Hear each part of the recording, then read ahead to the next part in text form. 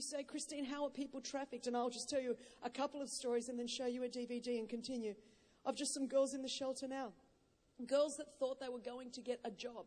They've come out of extreme poverty in villages. Young teenage girls that were tricked, came over across the border, were raped numerous times, and then sold into brothels where they were forced to service very commonly 35, 40 men a day. One young girl, 14 years old, that's in our shelter now, her mother sold her when she was 2 years old. She was in 6 different trafficking rings in Eastern Europe. By the time we got her, you could imagine the mess this young girl's life was in. And the truth is, from 2 years old, for only 250 euros, her life was sold and she was forced into sex trafficking. Who would think that this exists in 2010?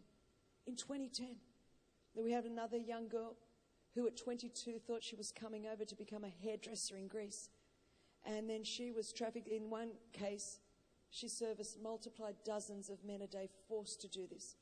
And the way she got out was she tried to escape by jumping out off a 4th floor balcony to kill herself. And she was unsuccessful in that.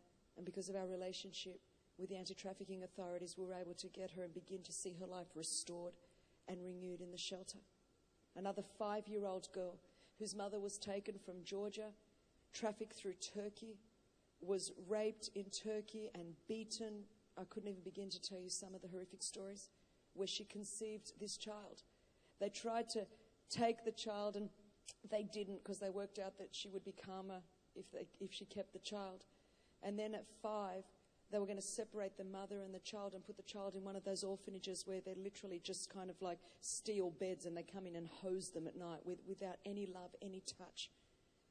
And we were able to intervene in that and help the mum and the baby stay together and get all the adequate legal paperwork and begin a process of restoration. The girls are normally worth about $250,000 a year to a trafficker. And then often if they fall pregnant, they take them across the border to what they call infant farms, where they give birth to the babies and then sell those children into pedophile rings. And it just gets worse and worse as you go down.